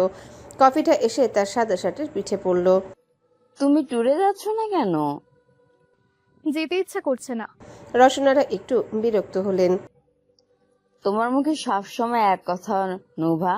তুমি আর কতদিন আমাকে অশান্তি দেবে বলতে পারো? তাসনুভা অবাক হয়ে মায়ের দিকে তাকালো। আমি তোমাকে অশান্তি দেই আম্মু? দাও তো, এই বয়সে মেয়ে তো শ্বশুর বাড়িতে বাচ্চা কাচ্চা পারলে। এত পড়াশোনা না করে ক্লাস 5-এ বিয়ে দিয়ে দিলে পারতে। নুভা, সব কথার জবাব রেডি তোমার মুখে। একটার কোনো মতে সংসার হয়েছে, আমি জানি না তোমাকে নিয়ে কি হবে। তুমি কি আমাকে কিছু বলতে এসেছো? তুমি বলতে দিচ্ছ কোথায়? বলো। তোমার বড় ভাইয়ের কাছে একটা সম্বন্ধ এসেছে। আমি তাজকে বলবো কিছুদিন সময় নিয়ে পাত্রকে দেখে শুনে কথাবার্তা সেরে নিতে। ওকে ফাইন, যা ইচ্ছে করো, বাট আমি কেমন সেটা বিস্তারিত খুলে বলে দেবে, তারপর রাজি হলে ভালো। বিস্তারিত মানে ওই যে রান্না বান্না আর ঘরের কাজকর্মের পটু নয় এগুলো। তো রান্না শিখে নাও, এটা তেমন কঠিন কাজ না। রান্না না পারলে যে কোনো শাশুড়িও কথা শোনায়। যারা রান্না করতে পারে না তারা শ্বশুর বাড়িতে বকা খায়, যারা রান্না করতে পারে তারা রান্নাও করে বকাও খায়, সো না পারলেই লাভ। রসনারা হতভম্ব হয়ে দাঁড়িয়ে রইলেন। ঝিমলি এসে বলল, নোভা, মেজো ভাইয়া কথা বলতে চাচ্ছে তোমার সাথে। তাসনুভা দ্রুত মাথা নাড়ল। আমি কথা বলবো না, আমি ট্যুরে যাব না, আমার ভালো লাগছে না। ঝিমলি বলল, আপনি যাচ্ছেন? আপনার হয়ে আমি বলে দিচ্ছি, সবাই যাচ্ছে। আপনি না গেলে ভালো লাগবে না। আর আমি আমার ননদিনী ছাড়া যাব না। রোহাবও তার ফুপিকে ছাড়া যাবে না। তিতলি দরজার কাছে উকি দিয়ে বলল, আমিও না। তাসনুভা কপাল কুঁচকে তার দিকে তাকালো। তুমি এটা কি ধরনের ড্রেস পরেছো তিতলি? সালোয়ার কামিজ, ওড়না, তিন ড্রেসের। তিতলি কোমরে হাত দিয়ে ঝিমলির দিকে তাকালো। ঝিমলি হেসে বলল, আল্লাহ, এটা কেমন মেয়ে? রসনারা তিতলিকে বলল, কাপড় চেঞ্জ করে আসো, কোনো অশান্তি চাই না আমি। ভ্রমণের জন্য বেশ কয়েকটি জায়গায় নাম তালিকা থাকলেও ছোট বাচ্চার মায়েদের আরামের কথা মাথায় রেখে শেষ পর্যন্ত একটা নামই চূড়ান্ত করা হলো কক্সবাজার। যাতায়াতের ঝক্কি কম আর বাচ্চাদের জন্য নিরাপদ পরিবেশ বিবেচনা করলে কক্সবাজারের চেয়ে ভালো বিকল্প কিছু আর হতেই পারে না। তাজদার এবং সায়না ঢাকা থেকে সরাসরি রওনা হয়ে অল্প সময়ের মধ্যে কক্সবাজার পৌঁছে যাবে বলে সবাইকে নিশ্চিত করলো। পরিবারের বাকি সদস্যরা চট্টগ্রাম থেকে যাত্রা শুরু করেছে। আশরাফ, সাবরিনা, রায়হান, ঝিমলি, তৌসিফ, শাওন, তিতলি, তাসনুবার, আনিস, ড্রাইভার সহ মোট 9 জন বড় টয়োটা হায়াসে করে যাওয়ার সিদ্ধান্ত নিয়েছে। তাসনুবা যেতে গড়িমসি করায় তাজদার গতরাতে ফোনের ওপাশ থেকে হুমকি দিয়েছে। হোয়াটসঅ্যাপ প্রবলেম নোভা, সবাই যাবে, তুমি না গেলে কেমন দেখায়? তুমি না গেলে সবাই যাবে আটকে দেবে, আর কেউ যাবে না। সে বেশি রেগে যাচ্ছে দেখে ঝিমলি ফোন কেড়ে নিয়েছিল। রওশনারা বলল, ভাইয়ের বকুনি খেতে ইচ্ছে করছিল ওর, আর কিছু না। ঝিমলি তাসনুবার পিঠে আলতোভাবে চাপড় দিয়ে হেসে বলল, রেডি হয়ে নিন, আনিস ভাই গাড়ি ভাড়া করে রেখেছে। তারপর বেরিয়ে যেতে যেতে বলল, ওনাকে একটা ফোন করি। দরজার কাছে গিয়ে ধীরে ধীরে ফিরে তাকালো। তাসনুবা তাকে পিট করে বসলো। গাড়ি এসে গেছে। তাসনুবার সবসময় রেডি হতে একটু সময় লাগে, তাই রায়হান তাকে বলেছে তাড়াতাড়ি রেডি হতে। বেরোনোর আগে শাওন আর আনিসের মধ্যে কথা কাটাকাটি লেগে গেল। অত দামি একটা শার্টে কিসের দাগ লাগিয়ে এখন শাওনের শার্ট নিয়ে টানটানি করছে আনিস। শাওন তাই রেগে গেছে। শাহিদা বেগম বললেন, কোথাও বেরোনোর আগে তোদেরকে ঝগড়া করতেই হবে? আনিস, তোর কি শার্ট কম বলতো? তুই দরকার পড়লে তোর বড় ভাইয়ের কাছ থেকে একটা নে। আনিস বলল। আম্মা, তোমার এসব নিয়ে মাথা ঘামানোর দরকার নেই। শাহিদা বেগম তবুও ছাড় দিলেন না। দুজনেই তো নতুন শার্ট সেলাই করেছিস, তোরটা কোথায়? ওটাতে কি হয়েছে? শাওন, বলছি কিসের দাগ যেন? আম্মা, বললাম তো তোমাকে এসব ব্যাপারে না জড়াতে। দাদিমা এসে বলল, আমার জন্য আচার আনিস বেশি করে। আনিস বলল, তোমার দাঁত আছে যে আচার খাবে? দূর বেটা, তোর বইয়ের জন্য মজুত রাখবো। কত দূর অবধি ভেবে ফেলেছ? রায়হানের ডাক ভেসে এলো। আনিস, শাওন কোথায়? আনিস বারান্দায় এসে দাঁড়ালো। আসছি রায়হান ভাই, তোমরা গিয়ে বসো। তাড়াতাড়ি আসো, তাস ফোনের ওপর ফোন করছে। সবাই এই গাড়িতে এসে বসলো। কিছুক্ষণ পর তাসনুবা নেমে এলো। ধবধবে একটা সাদা কুর্তি পরেছে সে, চুলের উপর চশমা আটকানো। অন্যদিন হলে সে বলতো জানালার পাশে আমি বসবো। আজ কিছু বলল না, তবে কিছু না বলায় সবাই তাকে জানালার পাশে বসার সুযোগ করে দিল। যদিও গাড়িতে এসি আছে। রসনারা আর জোহরা বেগম তাদের বাড়িয়ে দিতে এলো। বললেন, সবাই সাবধানে যেও তিতলি। তিতলি চিৎকার দিল। Present sir. তার মাথায় একটা চড় বসালো তৌসিফ। দুষ্টুমি করবে না তুমি, সবাই ওকে একটু দেখে রাখবে। আনিস যেহেতু রাতে খাবার দিতে পারবে না, তাই তার কুকুরগুলোকে এখনই খাবার দিয়ে দিচ্ছিল। খাবার দিয়ে আফসার সাহেবকে আবারও বলল, আব্বা, ওরা রাতে আবার এলে খেতে দিও। আফসার সাহেব হেসে ফেললেন। আচ্ছা আচ্ছা, আমি দেখবো। ঝিমলি সাবরিনার কুকুর বিড়ালকে খাবার দেওয়া নিয়ে হাসাহাসি করছে। ঝিমলি বলল, আনিস ভাইয়ের বিয়েতে বৈরাতি হিসেবে ওরা গেলে আর কাউকে যেতে হবে না।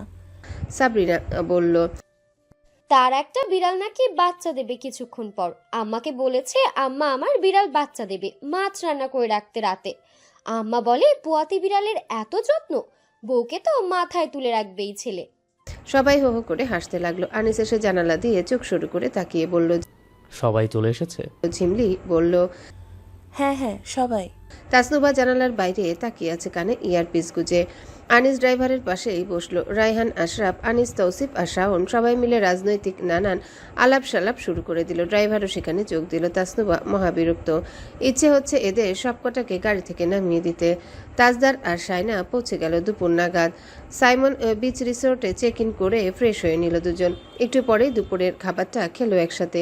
একটু বিশ্রাম নিয়ে সুগন্ধা পয়েন্টে সমুদ্রের ঢেউ দেখতে দেখতে সে হঠাৎ তাজদারের দিকে তাকালো। বলল, আপনাকে একটা কথা বলি। তাজদার কপাল কুঁচকে তাকালো। বলো। খুব বাতাস, শায়নার চোখ মুখ ঢেকে যাচ্ছে চুলে। সে বলল, এভাবে কপাল কুঁচকে তাকালে বলবো না। তাজদার পাশে থুতু ফেলে বলল, এখানে কি বাতাসে নুন থাকে? বলো, কি বলবে? শায়না বলল, এবার তো একদমই বলবো না। তাজদার গর্জালো, পাগল নাকি? বলো, কি বলবে? না না। তাজদার কপাল কুঁচকে নাক মুখ শিকে তুলে তার দিকে চেয়ে রইল। শায়না মুখ ভার করে এলোমেলো হাঁটতে লাগলো। তাজদার বলল, আচ্ছা চলো ফিরে যাই, আমার মাথার উঠে যাবে। শায়না জবাব দিল না। তাজদার বলল, কোথায় যাচ্ছ? আশ্চর্য, কি করেছি আমি? মুখ ভার কেন? শায়না তার দিকে ফিরল। এবার ধীরে ধীরে এগিয়ে এসে বলল, আমরা বিয়ের পর কক্সবাজারে এসেছিলাম, মনে আছে? মনে থাকবে না কেন? ঐতিহাসিক হানিমুন। কত সহজে বলে দিচ্ছে। শায়নার এবার কেন যেন কান্না কান্না পাচ্ছে। সে ওই সময়টা ভুলতে চায়, যাতে প্রতিবার কক্সবাজার এলে তার মন খারাপ না হয়। তারা তো সুখে দুঃখে দিন কাটানোর শপথ করেছে। সেই জঘন্য স্মৃতিগুলো সে মনে রাখতে চায় না। তখনকার তাজদার সিদ্দিকী কেউ না। কি হলো? আমি ওই দিনগুলো ভুলতে চাই। আমাকে ভালোবাসো? বলে যাবে? আমি তো চাই ভালোবাসতে। তাহলে পারছো না কেন? আমার চেহারা খারাপ? বলেই সে শায়নার দিকে ঝুঁকলো। শায়না তার গালে টুপ করে একটা চুমু খেলো। যা শালা, চুমু দিও নুন ধর। তাজদার তার কোমর জড়িয়ে বলল, আর একটা দাও, চিনির ফিল আসবে। অসম্ভব, ছাড়ুন। তাজদারের হাত থেকে নিজেকে ছাড়িয়ে নিয়ে আবারও এলোমেলো হাঁটতে লাগলো। সে নেমে যেতে লাগলো সমুদ্রে। এমন তো কথা ছিল না। তাজদার চিৎকার দিয়ে ডাকলো, এই এখন কেন পানি দেন? আমার ইচ্ছা। আপনি বেশি কথা বলেন ভাই। ভাই? হ্যাঁ ভাই, চুপ করেন। মাথা কি গেল নাকি? এই মমতাজ বেগম। চোখ মুছতে মুছতে সমুদ্রে নেমে যেতে লাগলো শায়না। তাজদার তার পিছু পিছু দৌড়াতে লাগলো। শাইনা, মমতাজ, দাঁড়াও। এ মেয়ে, আরে। শায়না কিছু দূর নেমে গিয়ে তার দিকে তাকালো। তাজদার দৌড়ে পানির মধ্যে নেমে গিয়ে শক্ত হাতে তার হাত ধরলো। তার চোখ থেকে পানি গড়িয়ে পড়ছে। তাজদার বলল, কি হয়েছে তোমার? কিছু না, চোখে নুন পড়েছে। তাজদার আচমকা শব্দ করে হেসে উঠল। শায়না তার দিকে চেয়ে রইল। তাজদার হাসতে হাসতে বলল, চোখেও নুন? শায়না দু হাতে পানি ছিটিয়ে তাজদারকে ভেজাতে চাইল, কিন্তু পরক্ষণে তার ভেতরটা ভেঙে এলো। কান্নাত্তরে ঝাপসায় হয়ে এলো চারিপাশ। তাজদার তার অট্টহাসি থামে মুহূর্তেই শান্ত হলো। শায়নাকে পরম আবেশে টেনে নিল নিজের বুকের খুব কাছে। শায়না কান্নার বেগ আরও বাড়ল। এখানে এসেছিল বুক ভরা আশা নিয়ে, ভেবেছিল খোলা হাওয়ায় মনটা হালকা হবে, কিন্তু প্রকৃতির এই স্পর্শ তার জমানো কষ্টগুলোকে আরো উস্কে দিল। তার চিৎকার করে কাঁদতে ইচ্ছা করছে। পৃথিবীর সমস্ত শব্দকে ছাপিয়ে নিজের হাহাকার আর আক্ষেপগুলো জানিয়ে দিতে ইচ্ছা করছে। তাজদার তাকে আলতো করে ছেড়ে দিয়ে সরাসরি চোখের দিকে তাকালো। হাঁটুতে হাতের ভর রেখে তার দিকে ঝুঁকে পড়ল। আচ্ছা বেশ, তুমি কাঁদো, সবটুকু উজাড় করে কাঁদ। ভেতরে যা পাথরের মতো জমে রেখেছো সব আজ বের করে দাও। যত জোরে পারো চিৎকার করো। এখানে বাতাসের শব্দ ছাড়া কোনো কিছু নেই তোমার কথা শোনার। কেউ বিচার করতে আসবে না। করো, চিৎকার করো। শায়না নিজেকে ধরে রাখতে পারল না। এক বুক শূন্যতা নিয়ে সে চিৎকার করে উঠল। চিৎকার করতে লাগলো। সে আর্তনাদের বাতাসের শব্দের সাথে মিশে দূর দিগন্তে মিলিয়ে যেতে লাগলো। তাজদারকে জোরে ধাক্কা মারতে মারতে বলল, আপনি আমার ছোটবেলায় খুব কষ্ট দিয়েছেন।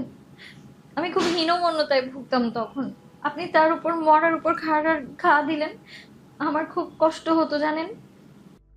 আরো বিয়ের পরেও কষ্ট দিয়েছেন। আপনি আমায় বুঝতে চাননি, আপনি আমায় পড়তে পারেননি, আপনি আমাকে জানতেই চাননি। আপনি আমাকে পদে পদে কষ্ট দিয়েছেন। স্বামী সংসার নিয়ে দেখা করার স্বপ্ন, দেখা সব স্বপ্ন আপনি একদম ভেঙে চুরে খান খান করে দিয়েছিলেন। কান্নায় ভেঙে পড়ল সে। এই কান্না সেই কান্না নয় যে কান্না বিগত দিনগুলোতে নীরবে একা একা কেঁদেছে। এ কান্না উজাড় করে দেওয়া কান্না, বুকের ভিতর জমে থাকা সবটুকু একসাথে বেরিয়ে আসার কান্না। তাজদা শুধু তাকিয়ে রইল, কোনো বাধা দিল না, কোনো প্রশ্ন করল না। ছোটবেলা থেকে আজ পর্যন্ত জমে থাকা যত অভিযোগ, যত অভিমান সব সে চিৎকার করে বলতে লাগলো। এলোমেলো কাপা কাপা গলায় চেপে রাখা যন্ত্রণাগুলো, নিজেকে দেওয়া শাস্তিগুলো। সে কতদিন মন খুলে হাসেনি, প্রাণ খুলে কাঁদেনি, কতগুলো দিন মন প্রাণ উজাড় করে কথা বলেনি। তাজদার সিদ্দিকী ঠিক এটুকুই চেয়েছিল। আল্লাহর কাছে বারবার প্রার্থনা করেছে যেন তার মনে সব রাগ ক্ষোভ দুঃখ একদিন তার সামনেই উগড়ে বেরিয়ে আসে। আজ সেই দিন, আজ তার সবচেয়ে বড় পাওনার দিন। শায়না সব অভিযোগ জাহির করার পর বলল, তাই তো আমার ইচ্ছে হয়েছিল আপনাকে শাস্তি দেওয়ার। আমি আপনাকে কাঁদতে দেখতে চেয়েছি, খুব খুব খুব ঘৃণা করেছি। আমি আপনাকে ভেঙে চড়ে খান খান করতে চেয়েছি। আমি আপনাকে ভাঙতেও পেরেছি। তারপর তাজদার তাকে বুকে টেনে নিল। অনেক বড় একটা দীর্ঘশ্বাস ছেড়ে বলল, তারপরও এই টুকরোগুলো তোমাকে করে নিতে হলো? আমার আল্লাহর ইচ্ছায় একসাথে বেঁধেছে, সেই শুধু তার ইচ্ছা নড়বড় হয়েছে, আজ তার ইচ্ছায় মজবুত হয়েছে। আর কেঁদো না, আমরা আবারও এই সমুদ্রে আসবো। তুমি চিৎকার করে তোমার সব অভিযোগ জানাবে। আমি আর জীবনেও কাঁদবো না। একদম না। ওকে ওকে চলুন, বাবুকে একা রেখে এসেছি। শায়না তার মুখের দিকে তাকালো। তাজদার তার নাকে নাক ঘষে বলল, আল্লাহকে বলো, আল্লাহ বড় শয়তানি ছাড়তে গিয়ে নিজেই শয়তান সেজেছিলাম, কিছুদিনের জন্য মাফ করো। শায়না তাকে ধাক্কা দিল, তারপর তাকে ছেড়ে ছুড়ে চলে যেতে লাগলো। তাজদার তার যাওয়ার পানে চেয়ে রইল। শায়না যেতে যেতে কিছু দূর গিয়ে থেমে গেল, তারপর ধীরে ধীরে তার দিকে ফিরে তাকালো। আমাকে ডেকেছেন? তাজদার হালকা হেসে মাথা নাড়তে লাগলো। হাসবে না কেন? সে কতবার আকুল হয়ে ডাকে মমতাজ কোনোদিনও শুনতে পায়নি, আজ শুনতে পেল। সে হাসবে না? ডাকিনি শুনেও শায়না ছুটে এলো, এসে লাফ দিয়ে তার গলা জড়িয়ে ধরে ঝুলে পড়ল, গালে চুম্বন করে বলল, সিনেমার নায়কদের মতো করে ধরে রাখুন। তাজদার তার কথায় হাসলো। শায়না ধমকে বলল, চুপ, হাসবেন না। তাজদার হাসলো, এমনকি তার বাম চোখটা আজই প্রথম ভিজেছে। যারা শত দুঃখেও কাঁদতে পারে না, তাদের কি সুখের সময় একটু কাঁদা উচিত না? তারা রিসোর্টে ফিরতে ফিরতে বাড়ির সবাই হাজির। তিতলির আনন্দ দেখে কে, তাকে তৌসিফ শক্ত হাতে ধরে রেখেছে। সে সমুদ্র দেখতে চলে যাবে বায়না করছিল। তাজনা তখনও ঘুমে। তাকে ঘুমন্ত রেখে তাজদারের প্রাণ ফিরে এলো, গালে অজস্র চুম্বন করে বলল, আর কখনো আপনাকে ফেলে কোথাও যাব না আম্মু, promise promise promise. Shayna washroom থেকে বেরিয়ে এলো সালোয়ার কামিজ পরে। তাজদার কোনো কথা ছাড়াই শাড়ি বের করে দিল। দুঃখিত, আপনাকে শাড়ি পরতেই হবে। শাড়ি পরা অনেক কষ্টের। তাজদার বলল। আমি পড়াতে জানি, লেট মি শো ইউ। বলেই সে শায়নাকে খুব গুছিয়ে শাড়ি পরিয়ে দিল। আঁচলটা কাঁধে তুলে দিতে শায়না চোখ বড় বড় করে তাকিয়ে রইল। এই বেটা পারে নাকি? তাজদার তার দুগাল আঁকড়ে ধরে ছোট্ট ছোট্ট চুমুতে সারা মুখ ভিজিয়ে দিয়ে বলল, আই লাভ ইউ। শায়না বলল, আই ফিল ইউ। যাই ওদের দেখে আসি। রাতে বাতাস একটু কম, তখন সবাই বেরিয়েছে বাচ্চাদের নিয়ে। পূর্ণিমার আলোয় ঝলমল করছে চারিপাশ। তৌসিফ, শাওন, আনিস একসাথে ফুটবল খেলছে। ফুটবলটা এনেছে তৌসিফ। রায়হান তাকে বকে যাচ্ছে। এখানে ফুটবল আনার কি দরকার ছিল? সবাই মিলে হাঁটতে হাঁটতে খাওয়া দাওয়া করলো। আসার সময় ঝিমলি অনেক চানাচুর, বিস্কিট, চিপস জাতীয় খাবার দাবার এনেছে। শায়নাকে একটু হাসি মুখে দেখে সাবরিনা, ঝিমলি একসাথে বলা বলি করলো, মমতাজ বেগম দেখি বরের কাছে গিয়ে ফিট অ্যান্ড ফাইন। শায়না লজ্জা পেয়ে প্রসঙ্গ ঘুরিয়ে বলল, মেজো ভাইয়ার বউয়ের সাথে কথা বলেছি, আমার তো খুব ভালো লাগছে। ভাবি কথা বলেছো? সাবরিনা বলল, হ্যাঁ, মনে হচ্ছে মিশুক হবে। তিতলি এক দৌড়ে একা একা বসে সমুদ্রের দিকে চেয়ে থাকা তাসনুবার সামনে গিয়ে বসলো। চিপস বাড়িয়ে দিয়ে বলল। তাসনুবা দুই পাশে মাথা নাড়ল। তিতলি বলল, বলো। তাসনুবা এই প্রথম তার দুষ্টুমি দেখে হাসলো। থু। বলেই সে লাফাতে লাফাতে চলে গেল। চিৎকার করতে লাগলো, গোল গোল গোল। তৌসিফ এসে তাসনুবাকে বলল, কি রে একা একা বসে আছিস কেন? কিছু খাবি? না। ভাবিদের কাছে যা। পরক্ষণে তৌসিফ দেখলো সবাই জোড়া জোড়া হাঁটছে ছেলে মেয়ে নিয়ে। তৌসিফ এসে বলল, একটা বিয়ে করে ফেল। আমিও ইউকে চলে যাব কিছুদিন পর। কখন আসতে পারবো জানি না। আমি তোর বিয়েটা দেখে যেতে পারবো? তাসনুবা জবাব দিল না। তৌসিফ তার চুল ঘেটে দিয়ে চলে যেতে যেতে আনিসের উদ্দেশ্যে বলল, আনিস ভাই, ইটস নট ফেয়ার। একবার বলো ছাড়েন। শাওন রেগে মেগে বলল, না, ও খেলুক একা একা। আনিস পায়ে ঠেলে বলটা তার দিকে পাঠিয়ে দিয়ে বলল, আচ্ছা নে।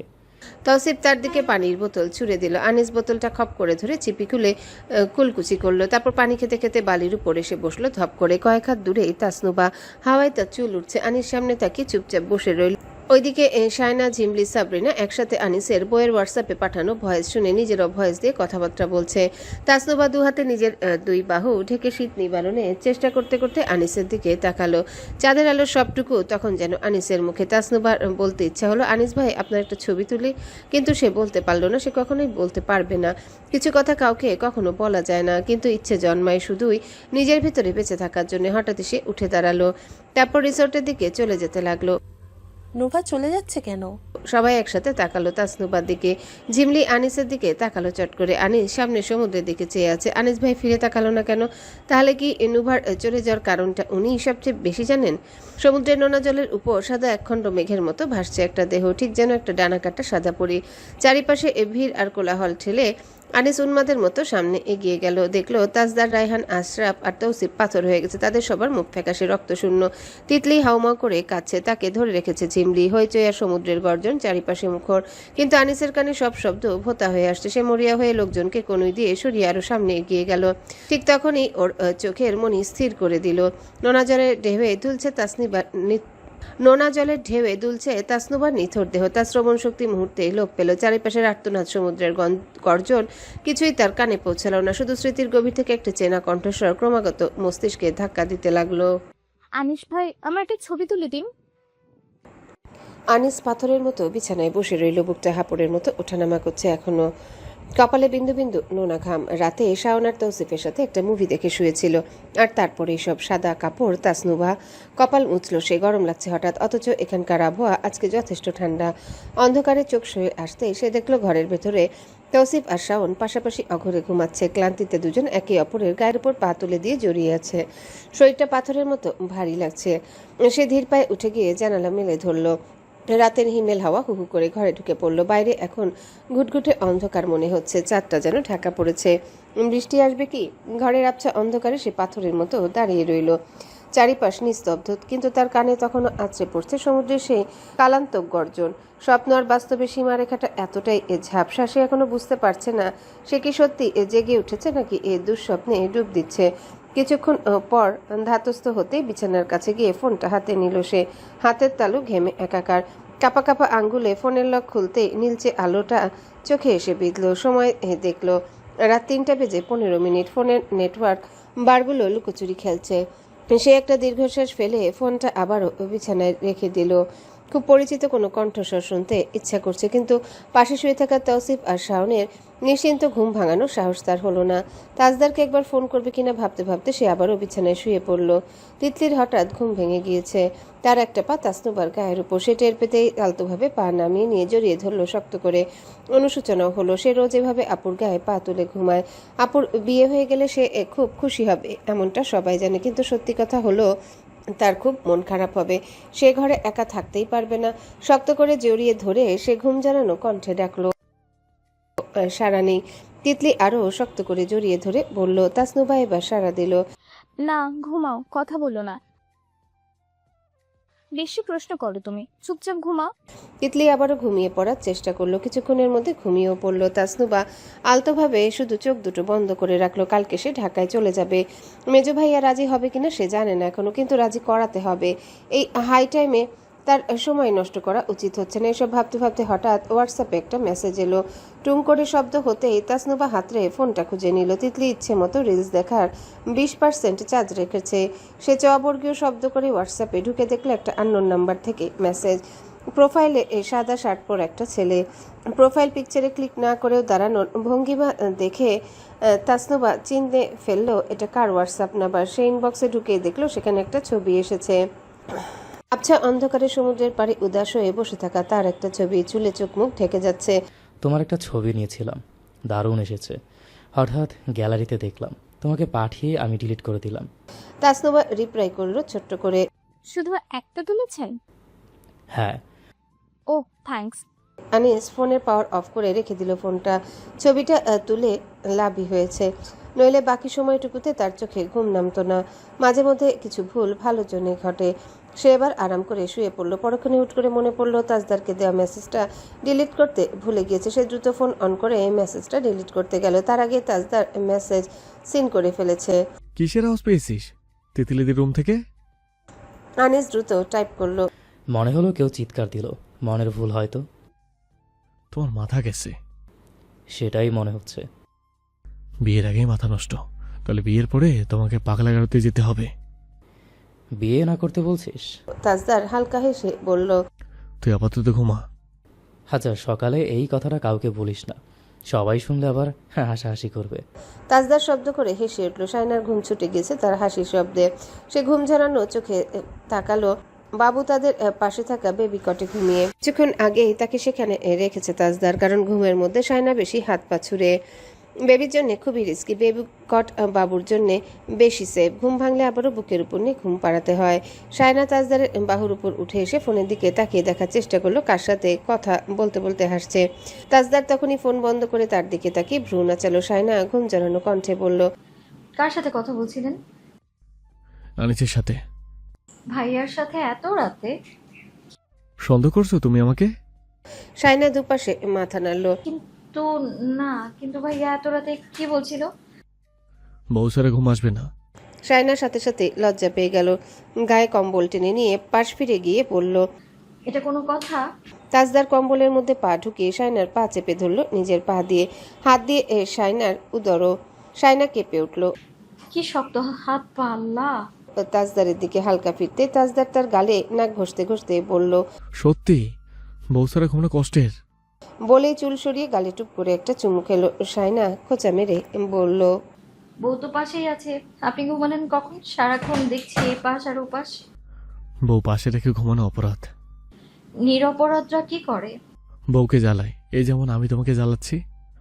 বলতে বলতে শায়নার কোমরে একটা চিমটি বসিয়ে দিয়ে সে সোজা হয়ে শুয়ে পড়লো চোখের উপর হাত দিয়ে।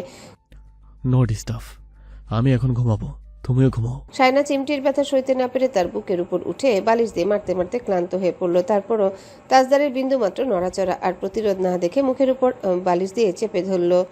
তাজদার নিঃশ্বাস ফেলতে না পেরে কিছুক্ষণ পর তাকে পাশে ফেলে দিয়ে দাঁত চিবিয়ে বলল, স্টুপিড। তারপর শক্ত করে চেপে ধরলো, তবে বালিশ দিয়ে নয়। রিসোর্টের চারিপাশে তখন ভোরের নরম আলোর ছটা।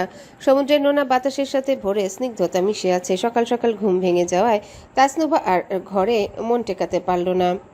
তিতলি তখনও অঘরে ঘুম নিঃশব্দে ঘর থেকে বেরিয়ে বালুকাময় সৈকতের দিকে হাঁটা ধরল। জোয়ারের পানি তখনও কিছুটা উত্তাল, পায়ের তলায় বালু সরে গিয়ে অদ্ভুত একটা শিরশিরানি অনুভূত হচ্ছে। সে সমুদ্রের বিশালতার দিকে তাকিয়ে দাঁড়িয়ে রইল। তার সব ক্লান্তি এই বিশাল নীল জলরাশি শুষে নিচ্ছে। প্রকৃতির কাছাকাছি এলে নিজেকে কতটা ছোট মনে হয়। কিছুক্ষণ পর বালির উপর দিয়ে কারো হেঁটে আসার শব্দ পাওয়া গেল। তাসনুবা ঘাড় ঘুরিয়ে দেখলো আনিস ধীর পায়ে তার দিকে এগিয়ে আসছে। ভোরের আলোয় তাকে অনেকটা শান্ত মনে হচ্ছে। আনিস বালুর উপর তীক্ষ্ণ দৃষ্টিতে কিছু একটা খুঁজে যাচ্ছে। তাসনুবা আরো কিছুটা সামনে এগিয়ে গেল। সমুদ্রের ঢেউগুলো তার পায়ের পাতায় এসে আছড়ে আছড়ে পড়ছে। আনিস দেখলো তাসনুবা সামনে এগিয়ে যাচ্ছে। তার পরনে হালকা নীল সাদা কুর্তা। ভোরের মৃদু আলোয় ড্রেসটা তাকে বেশ মানিয়েছে। তার কপাল কুঁচকে গেল। ও কোথায় যাচ্ছে? ওইদিকে। তাসনুবা কিছুটা দূরে গিয়ে আর চোখে একবার পেছনে ফিরে দেখলো আনিসকে। আনিস কুজো হয়ে এক মনে বালু সরিয়ে কি যেন খুঁজে বেড়াচ্ছে এখনো। তাসনুবা কিছুক্ষণ দাঁড়িয়ে তারই অস্থিরতা দেখলো। তারপর ধীর পায়ে বালু মারিয়ে আনিসের দিকে মুখ করে দাঁড়ালো। আনিস তখনও নিচের দিকেই তাকিয়ে একবার বালু সরাচ্ছে, পরক্ষণে আবার ডানে বামে দেখছে। তাসনুবা ভ্রু কুঁচকে ডাকলো, আনিস ভাই। আনিস যেন ঘর থেকে ফিরল। সোজা হয়ে দাঁড়িয়ে তাসনুবার দিকে তাকালো সে। কপালে চিন্তার রেখা। তাসনুবা কৌতূহলী কণ্ঠে জিজ্ঞাসা করলো, আপনি ওখানে কি খুঁজছেন? আনিস একটা দীর্ঘশ্বাস ফেলে হাতের তালু ঝেড়ে বলল, হ্যালো বন্ধুরা, পরবর্তী পার্ট খুব তাড়াতাড়ি আসবে, তো সবাই অপেক্ষায় থাকো। আর চ্যানেলটি যারা এখনো সাবস্ক্রাইব করোনি তারা পরবর্তী পার্ট দেখার জন্য চ্যানেলটি সাবস্ক্রাইব করে রেখো। ধন্যবাদ সবাইকে, আমাদের সাথেই থেকো।